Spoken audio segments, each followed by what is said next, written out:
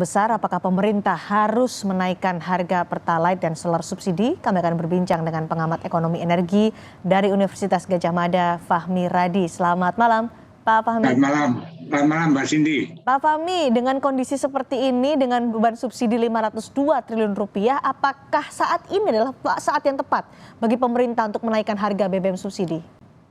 Ya, saya kira kali ini permasalahan BBM bersubsidi ini sudah sangat akut gitu ya.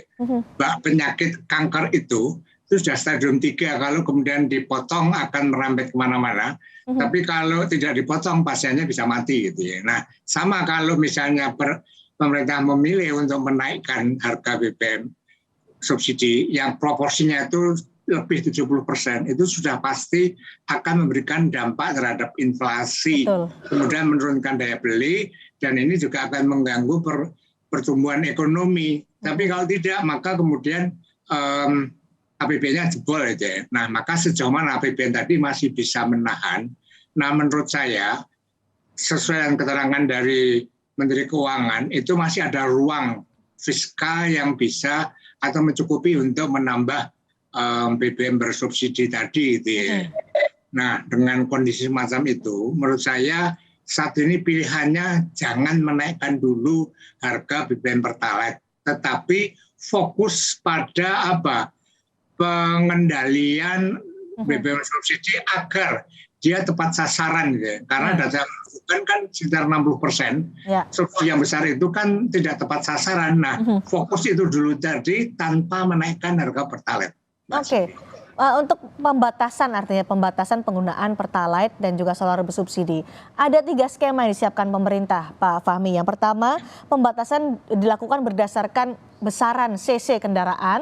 Kemudian skema yang kedua, apakah yang berhak membeli Pertalite hanya kendaraan umum dan roda 2 saja. Kemudian skema yang ketiga, hanya untuk warga tidak mampu berdasarkan data dari PKH atau bantuan langsung tunai ataupun bantuan sosial sembako. Dari 3 skema ini menurut Pak Fahmi, mana yang paling tepat saat ini?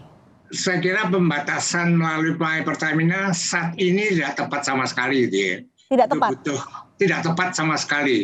Butuh pendataan. Kemudian kriteria yang digunakan itu kriteria mobil 1.500 cc. Ini bisa menimbulkan ketidakadilan juga. Misalnya yang 1.500 cc itu kan banyak mobil mewah juga itu ya. Mereka berhak meroleh Pertalite. Sementara ada orang yang tidak mampu, pemilik mobil 2.000 cc tidak bisa membeli Pertalite.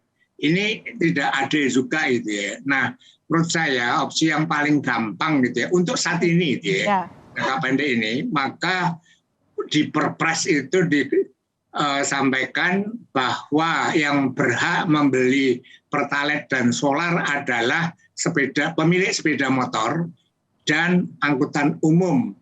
Gitu. Nah, saya perkirakan itu yang berhak itu sekitar 40% gitu ya. Hanya 40% dari pembatasan kendaraan umum dan roda 2 saja, hanya 40%? Kalau yang dibatasi itu sekitar 60%. Yang berhak tadi sepeda motor dan angkutan umum itu 40%. Artinya yang 60% itu kan dia harus pindah ke Pertama kan. Sesungguhnya ini ada kenaikan bagi yang 60% tadi. Tapi kenaikannya ini kan dilokalisir ke 60% tadi, sehingga dampaknya itu tidak begitu besar terhadap inflasi. Menurut saya pilihan yang paling masuk akal gitu ya, dan tidak memberikan dampak yang signifikan terhadap inflasi, itu pembatasan tadi hanya roda 2 dan angkutan umum. Dan ini di lapangan mudah itu Mbak Cindy.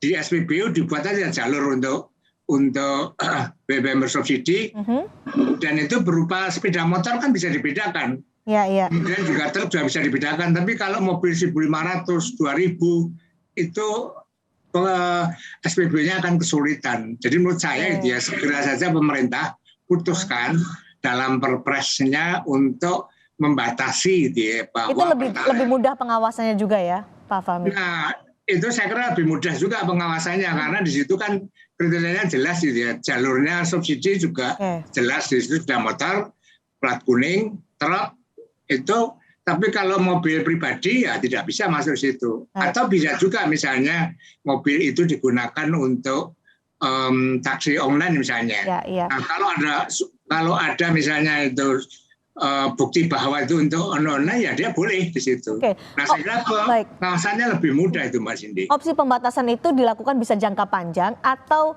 ya nanti juga akan naik juga harga pertalite, karena kalau kita melihat harga keekonomian pertalite dan juga solar di dunia saat ini, apakah itu hanya sementara atau bisa jangka panjang?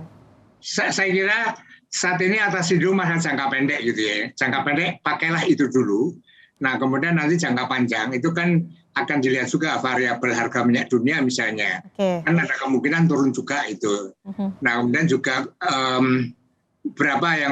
tinggal berapa yang menggunakan pertalite tadi gitu ya. Nah, pada jangka menengah atau itu bisa juga nanti kemudian pertalite dinaikkan, tetapi jangan sekarang naiknya. Karena ini akan mengganggu momentum pertumbuhan ekonomi gitu ya. Nah, kemudian ke depan itu ya, ke depan bagaimana membuat dalam pricing policy harga pertalite tadi itu disparitasnya tidak terlalu tinggi dengan Pertamax. Misalnya taruhlah 1.500 gitu ya.